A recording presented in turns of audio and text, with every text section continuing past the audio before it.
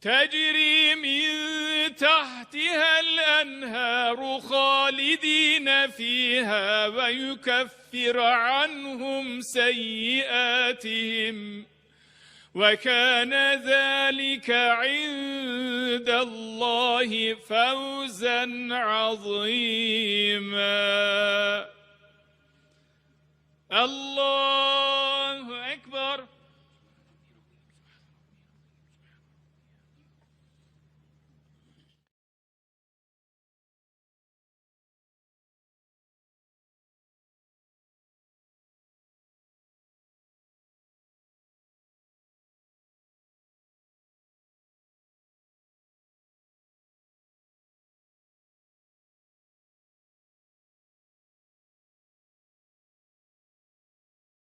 بالله أعوذ بالله من الشيطان الرجيم بسم الله الرحمن الرحيم الحمد لله رب العالمين والصلاة والسلام على سيدنا محمد وعلى آله وصحبه أجمعين والسلام عليكم ورحمة الله وبركاته. Frères et sœurs, assalamu alaikum wa rahmatullahi wa barakatuh. J'espère que vous êtes tous et toutes bien en cette fin d'après-midi, début de soirée de ce jour de lundi 16 septembre et il est précisément 18h59.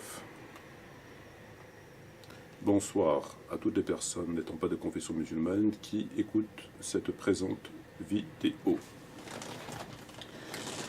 Alors frères et sœurs, je voulais évoquer avec vous deux sujets très rapidement, à savoir, comme l'indique l'introduction de cette vidéo, la question de Tarawih, à travers une interrogation tout à fait légitime, mais aussi la question de la Zakat al-Fitr, à travers un texte qui figure dans le Sharh de l'imam al-Bukhari par Ibn Battal.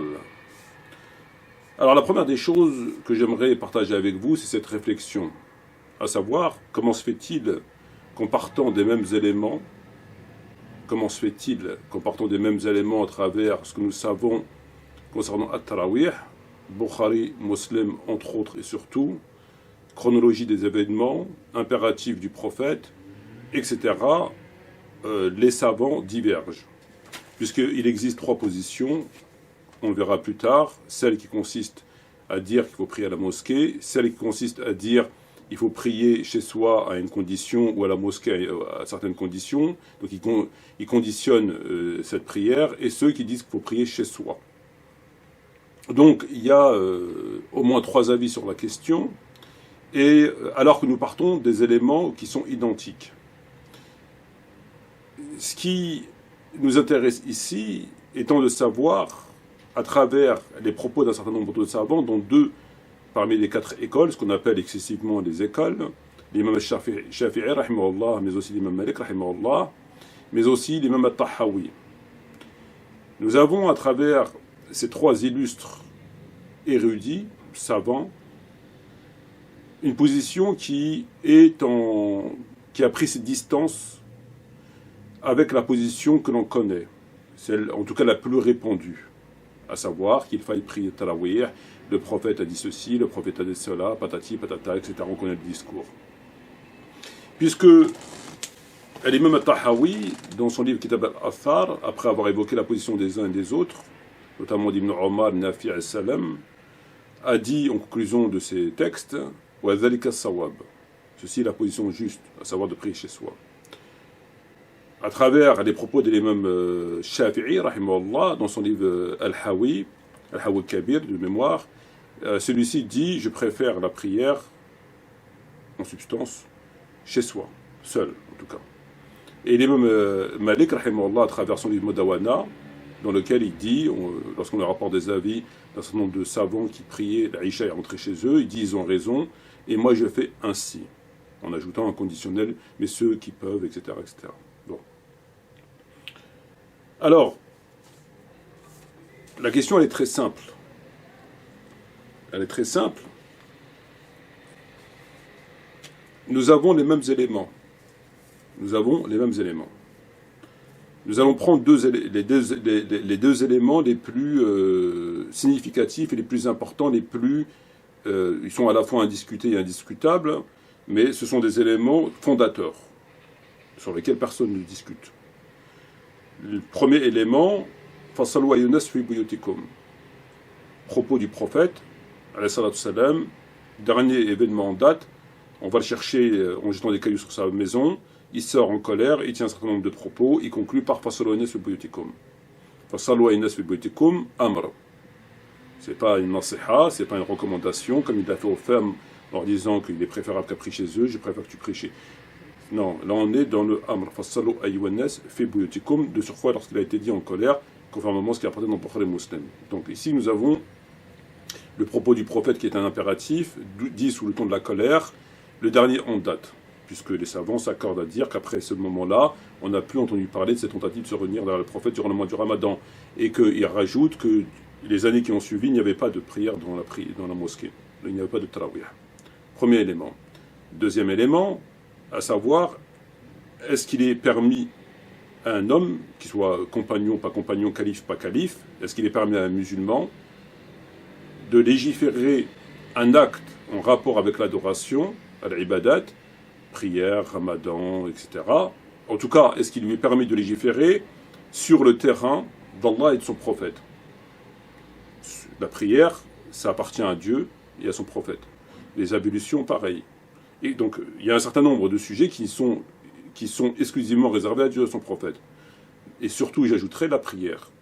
Est-ce qu'il est permis à un homme, même s'il s'appelle Omar, de venir après le prophète, 10, 15 ans après le prophète, de faire une prière, inventer une prière, la codifier et l'imposer aux musulmans, si bien que ces derniers l'appliquent, la font. Ça, c'est ce qu'on appelle la bid'a mazmouma, et c'est même du shirk. Parce que c'est un domaine qui est réservé, comme le domaine des lois, il y a des domaines qui sont réservés à Dieu et à son prophète. Le prophète, les savants, 100% des savants s'accordent à dire que lorsque le prophète est mort, il n'a pas légiféré cette prière. C'est-à-dire qu'elle n'existait pas. À l'époque d'Abu Bakr, elle n'existait pas. Durant les quelques années qu'a vécu le prophète après l'impératif sur le buyutikum, il ne faisait pas. Les savants s'accordent à ça. Bon. Non, c'est haram, même non. Très bien. Ces éléments, personne ne les discute. Il n'y a aucun savant qui va dire non, mais ce texte, il n'est pas vrai, ou il ne l'a pas dit à ce moment-là, après il a revenu sur ses paroles. Ça n'existe pas. Bon. Pourquoi, sur ces deux éléments, laissons de côté tout le reste, prenons ces deux éléments fondateurs, sur lesquels personne ne discute, pourquoi les savants divergent? Quand il y a une divergence, c'est qu'il n'y a pas de texte, ou le texte est flou, il est contredit, ou il est discutable. Il y a des raisons de la divergence. La divergence, elle n'est pas comme ça. Bon. Sur ça, est-ce qu'on peut diverger, nous, sur Fasalu Anas fi buyutikum? Non. Est-ce qu'on peut diverger sur ce que je viens de dire? On ne peut pas. Cependant, les savants ont divergé.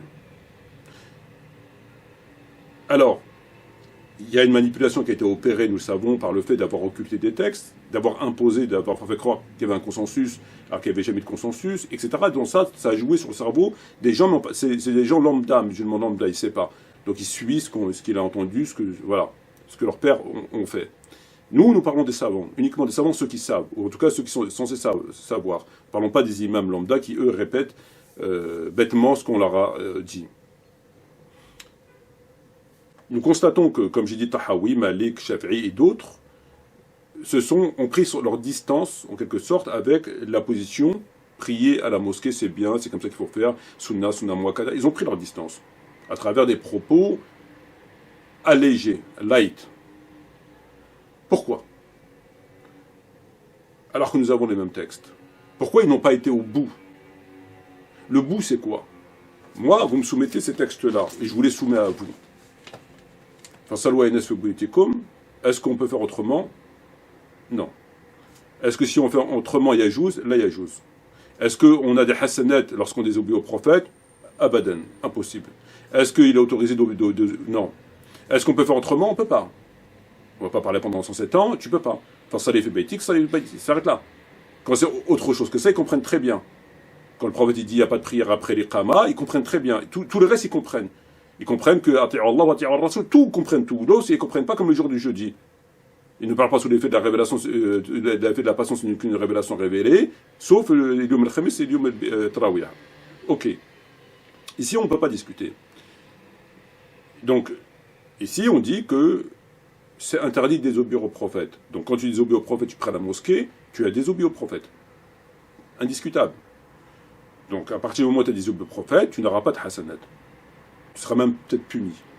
C'est mon avis à la lecture de ce texte. Il y a pas, je ne peux rien dire d'autre. Second texte, c'est une bid'a. Il n'y a pas de doute. Donc l'avis des savants qui ont été honnêtes aurait été de dire ça.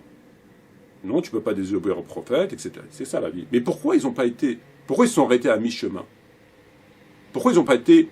C'est bien qu'ils ont pris leur distance avec les autres qui disent oui, Sunna Muakkada, faut prier, machin, le prophète, machin. Mais c'est bien d'avoir dit, c'est mieux à la... ce que a dit Malik, mais il faut aller jusqu'au bout. Pourquoi c'est mieux? Le prophète, il n'a pas dit c'est mieux. Pourquoi vous conditionnez à ceux qui peuvent? Pourquoi il y a un concours? Il n'y a pas de concours. Donc pourquoi vous conditionnez là où il n'y a pas de condition? Pourquoi vous dites c'est mieux alors que le prophète il n'a pas dit c'est mieux, il a dit fasalo fi buyutikum? Pourquoi vous dites pas que c'est une bid'a mazmouma dans la mesure où le prophète ne l'a pas institué? C'est des évidences. Il n'y a pas à discuter. Et de l'aveu même d'Omar ibn Khattab, alors qu'il dit ni'ma bid'a hazi. Ils ont dit bid'a fil loura. Ça n'existe pas bid'a fil loura alors que le sujet parle de la prière. Si le sujet parle des prières, ça ne peut pas être fil loura. Loura, c'est au sens général du terme. Belle innovation, bonne innovation, la voiture, le café, le machin, la machine à café. Mais là, on ne parle pas de choses matérielles mondaines. On parle de la prière. Lorsqu'il parle de la prière, il ne parle pas dans le loura. Il parle d'un acte d'adoration. Bon, c'est pas grave. Alors, les raisons, elles sont multiples. Il y en a une, à mon avis, qui a dû effrayer les savants. Il y en a une particulièrement qui a dû leur faire peur. Mais les raisons sont multiples. Mais une en particulier que je vais vous faire partager. La première des choses, c'est pas dans l'ordre de priorité et d'importance. La première des choses, c'est que le conflit sunnite-chiite, on sait que chacun a son champion. Et que ce qui est dénoncé par les chiites, s'ils reconnaissent, ça va les conforter, les chiites. Et on sait la position des gens ultra-sectaires. Ils ne lâchent rien. Un peu comme Tariq Ramadan, qui ne va rien lâcher. On n'est pas dans le même registre. Alors, ça a joué. Il ne faut pas lâcher quoi que ce soit aux chiites. Si on reconnaît que c'est trompé, qu'il a guéri les gens, c'est pas bon. Donc on lâche rien. Deuxième des points, c'est qu'un savant, un érudit, dès lors qu'il critique Omar, en disant il s'est trompé, il a fait ceci, il a fait cela, il a fait une bid'a, il n'est plus savant. Il est rayé de la liste des savants, des érudits. Ses adeptes, ses fidèles, se détourneront de lui. Les sunnites, entre guillemets, vont se détourner de lui. Ils vont considérer qu'il est un peu chiite, il est un peu égaré, il est plus savant, il est rayé. Parce que Omar ibn Khattab fait partie de la Aqida. Il rentrait dans la Aqida. Le fait de dire que, tiens, moi je préfère Ali à Omar, t'es pas sunnite. Ou t'es un sunnite bizarre. C'est Abu Bakr, Omar, voilà. Sinon, c'est... Voilà. Donc il y a des choses qu'ils ont imposées comme faisant partie de la Aqida. Un savant qui viendrait dire, à l'époque déjà, il l'aurait mis à mort, il l'aurait tué, ça c'est clair. Mais un savant qui viendrait dire ça, il est plus savant. Il est rayé de la liste. C'est fini pour lui. Beaucoup ont été critiqués, Tabari, Shafi'i, d'autres ont été critiqués pour des positions qui sortaient du cadre de ce courant de pensée. Et ils ont été critiqués, visés comme chiites, etc. Ils l'ont échappé belle, en quelque sorte.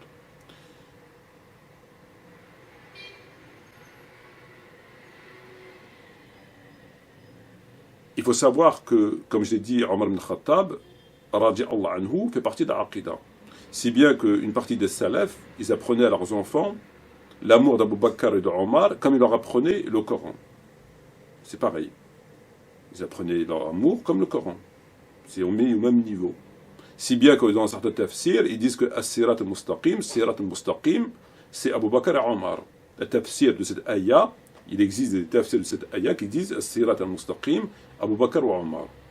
Donc comment toi tu peux critiquer As-Sirat al-Mustaqim? C'est comme si tu critiquais le Coran. Est-ce que tu critiques le Coran, tu es crédible? Non. Est-ce que tu critiques le prophète, tu es crédible? Non. Donc, tu peux pas. Donc, il y a plein d'éléments qui rendent impossible la critique. Et enfin, pour le musulman de lambda, lorsqu'il est Bukhari Muslim, et il est prêche, machin, etc., Omar, c'est pas n'importe qui. Omar, c'est quand même lui qui précède la révélation. Omar, c'est quand même lui qui a eu raison à Badr, alors que le prophète pleurait comme un gamin, qu'Abu Bakr pleurait comme un gamin, et que c'est lui qui avait raison. Omar, c'est celui qui a trouvé le hijab. Omar, c'est celui qui a dit ne prie pas, et que le prophète, Allah l'a rappelé à l'ordre. Omar, c'est celui qui a qui a dit au prophète, on dirige par la prière face salat, le Kaaba. Donc, quand on a affaire à un personnage comme ça, aussi bien, si bien que même le jour du jeudi, on lui a donné raison, c'est-à-dire que la plupart de ce courant de pensée disent il a raison. Quand il a dit au prophète ne lui donnez pas de quoi écrire, ils disent oui, il a raison. Il a bien fait de ne pas lui donner de quoi écrire parce que ceci, parce que cela. Ils vont pas dire non, ça se fait pas. En dehors de ces cas-là, enfin, c'est ce qu'ils disent. Donc donnez-moi de quoi écrire, non, il a raison. Il y a juste, il a raison. Il a ses raisons en mal que nous on ne connaît pas. C'est au moins un coprophète, il est au moins un coprophète, sinon un correcteur de prophète. C'est-à-dire il corrige le prophète. Le prophète veut prier sur quelqu'un. Omar dit non, Allah donne raison à Omar. Le hijab, le prophète ne pense pas à mettre le hijab à ses femmes. Allah dit le hijab, Omar dit le hijab, Allah dit le hijab. Le Badr, donc c'est au moins un coprophète, ou voire un correcteur de prophète, il contrôle le prophète. Donc quand vous mettez bout à bout ces éléments-là, il n'est pas critiquable. Il n'est pas critiquable. Mais il y a un élément, et c'est l'élément, le but de la vidéo, qui, à lui seul, justifie que les savants n'ont pas voulu. À travers les textes que je viens de vous donner, ils sont mal à l'aise. Donc ils ne vont pas jusqu'au bout. Mais il y a un texte que les savants connaissent et qui les empêche de dire oui, il a innové et c'est une innovation blâmable. Bid'a mazmouma. Normalement, bid'a, elle est blâmable, mais peu importe. Bid'a mazmouma. C'est un égarement, il a désobéi au prophète. Il y a un élément qui les empêche de tenir ses propos. Il y a un élément qui les empêche d'aller jusque-là, de reconnaître les faits qui sont caractérisés. Vous prenez les hadiths présents dans Bukhari et Muslim. Il existe plusieurs textes, 1867, 1870, 3179, etc. Médine est un sanctuaire. Et celui qui innove, une bid'a, ou qui donne asile à un hérétique, aura contre lui la malédiction d'Allah, des anges et de tous les gens. On n'acceptera de lui ni expiation, ni le fait de prier Allah et de détourner de lui les conséquences de ce qu'il fait. Il existe ce hadith à plusieurs endroits, selon lequel il est dit Médine est un sanctuaire, celui qui innove une bid'a, ou qui donne asile à un hérétique, aura contre lui la malédiction d'Allah, celle des anges et de tous les gens. Et jusqu'à preuve du contraire, si les savants reconnaissent que c'est bien une innovation, et qu'on sait qu'elle a été faite à Médine, dans la mosquée même du prophète, ces textes, pour eux, sont authentiques. Ces textes sont authentiques. Donc, c'est extrêmement grave. Il aura contre lui la malédiction d'Allah, des anges et de tous les gens. Et ça, c'est dans Bukhari et Muslim. Ils reconnaissent ça, ils sont obligés de lui appliquer ça. Et ça, c'est pas possible. Ça va trop loin. On considère qu'il a...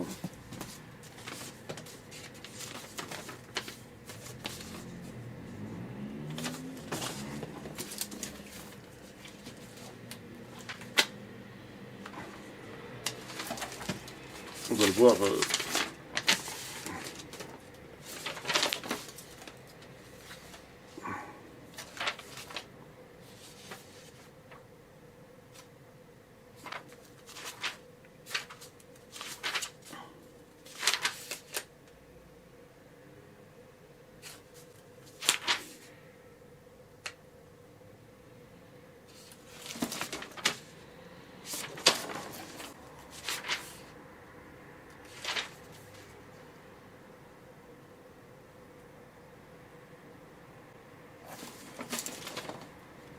عن النبي عليه الصلاة والسلام قال المدينة حرام من كذا إلى كذا لا يقطع شجرها ولا يحدث فيها حداثا من أحداث فيها حداث فعليه لعنة الله والملائكة والناس أجمعين.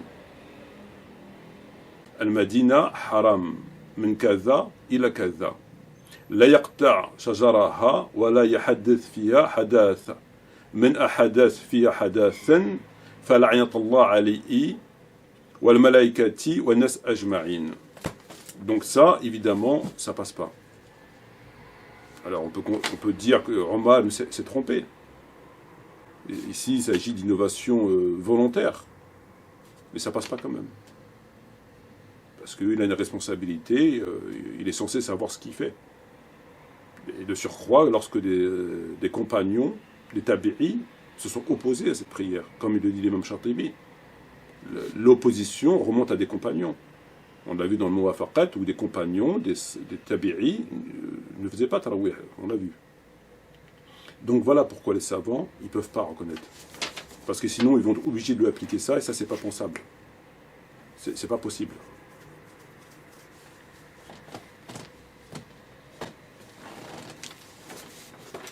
Comme on trouve dans le livre Al-Sharh Ibn Battal, où il dit Inna salat al-Ramadan fi al-bayt munfarada afdal min as-salat fi al-masjid minhum Malik wa Abu Yusuf wa Shafi'i wa qala Malik kana Rabi'a wa ghayru ahad min ulama yansarafuna wa la yaqamu ma'a an-nas wa ana af'al dhalika wa ma qama ar-rasul illa fi baytihi. Et il dit, il termine وَمَقَامَ الرَّسُولِ alayhi salatu wassalam illa fi baytihi. Et le prophète n'a veillé que chez lui. Il n'a pas veillé ailleurs. Donc, une des raisons qui fait qu'ils ne peuvent pas reconnaître, s'ils vont au bout de leurs propos et qu'ils arrêtent de dire oui, je préfère chez moi, oui, et qu'ils disent clairement, parce que c'est pas tu préfères, c'est une sunna, tu fais sunna ou c'est pas une sunna. Enfin, faut être clair. Ou c'est yajouz parce que voilà, ou là yajouz parce que voilà. On a les mêmes éléments. Et c'est clair que c'est volontaire. Lorsqu'ils te disent non, il faut prier chez toi, c'est mieux chez toi, etc. Mais va au bout. Pourquoi c'est mieux, d'après quel texte, et qu'est-ce que tu as à me dire sur Fasal fi buyutikum, comment tu le comprends, le fait de faire. Voilà. Et ça, tu ne peux arriver qu'à une seule conclusion. Il n'y a pas deux conclusions. C'est pas vrai. Pour avoir deux conclusions, il faut dénaturer les textes. Pour avoir une conclusion au milieu, il faut dénaturer les textes. C'est ou tu obéis ou tu désobéis. Enfin, ça l'effet baitique, il n'y a pas de. Et ça, ça se comprend par le fait que le hadith, les gens vont dire, il faut leur appliquer. Il faut l'appliquer. Celui qui innove une bid'a à Médine aura la malédiction d'Allah et de ses des anges et des gens. Hadith, rawahu l'imam al-Bukhari wa Muslim sahih. Est-ce que tarawih c'est une bid'a? Oui. C'est vous qui le dites, c'est une bid'a. À partir de là, ça c'est pas possible. Alors le reste c'est secondaire, l'image de lui, mais là non, c'est pas possible. Alors qu'en réalité, il s'est trompé. Bon, c'est comme ça. Voilà pour pour le premier sujet. On se retrouve immédiatement ensuite pour le second sujet.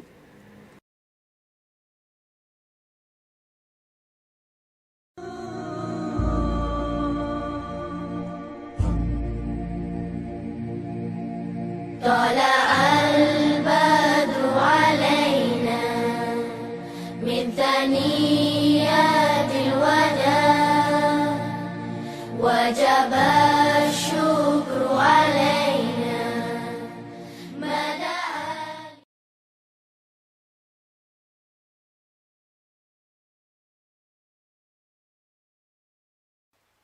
Donc nous vivons les derniers jours de ce mois béni, le mois de Ramadan, qu'Allah Azza wa Jalla accepte de nous notre jeûne et nos actions et qu'il nous pardonne nos manquements. Et en cette fin de Ramadan, souvent on commence à parler de Zakat al-Fitr. Alhamdulillah, Rabbil Alamin. Donc on continue avec notre série questions-réponses. Wabillahi tawfiq. Concernant Zakat al-Fitr.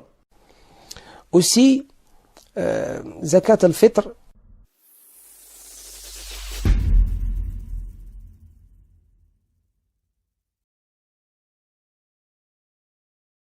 القاعدة عند أهل العلم أن زكاة المال تتبع المال وزكاة الفطر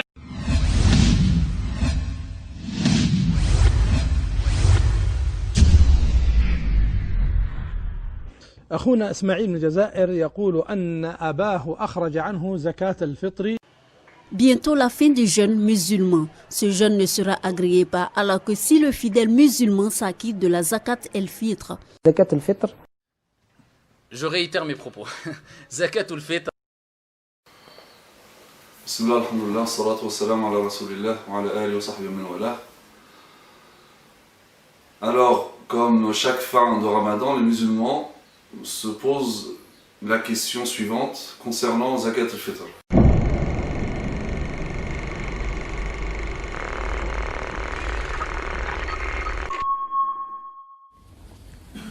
Maintenant, la question qui fait débat. Est-ce que Zakat al-Fitr... Alors, le second sujet, on va le traiter très rapidement. Enfin, c'est pas traiter, c'est juste évoquer un hadith en ce sens, qui est occulté, là, encore une fois, probablement pour s'en mettre plein les fouilles, encore une fois. Nous savons que la Zakat al-Fitr, qu'elle soit obligatoire ou pas obligatoire, c'est-à-dire en ce sens où nous savons qu'il faille la donner. Donc, les conditions, on les connaît, etc. L'essentiel, c'est qu'il faut donner pour que ton jeûne soit agréé. Voilà, après combien, à qui, quoi, comment, machin, en liquide, pas en liquide, en chèque, en virement, bon. Mais en tout cas, ce qu'on retiendra en écoutant les chouyours et les vidéos, etc., c'est que Zakat al-Fitr, le jeûne du Ramadan, il est tributaire, il est suspendu à Zakat al-Fitr. Tout le monde le sait, on est d'accord là-dessus. Et que ça fait partie de ce que le prophète a légiféré, etc., etc., etc. Très bien. Sharh Ibn Battal, Sharh l'imam al-Bukhari de Ibn Battal.